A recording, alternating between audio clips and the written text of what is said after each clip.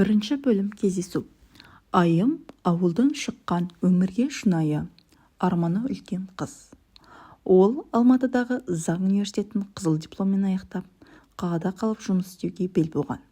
Бір күні ол заң кеңсесіне жұмыс сұрап кіргенде, өмірінде алғаш рет Арсен есімді жас, суық жүзді, бірақ ерекше тартымды жігітпен танысады.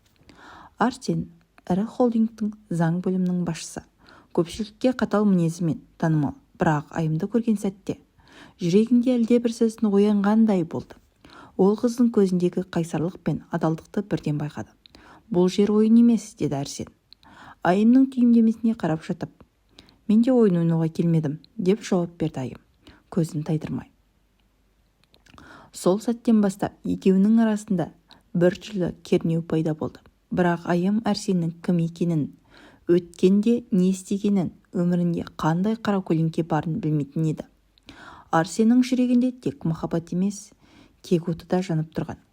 Осыдан 7 жыл бұрын отбасынан айырылған және сол оқиғаға байланысты бір адамға өшпендеді.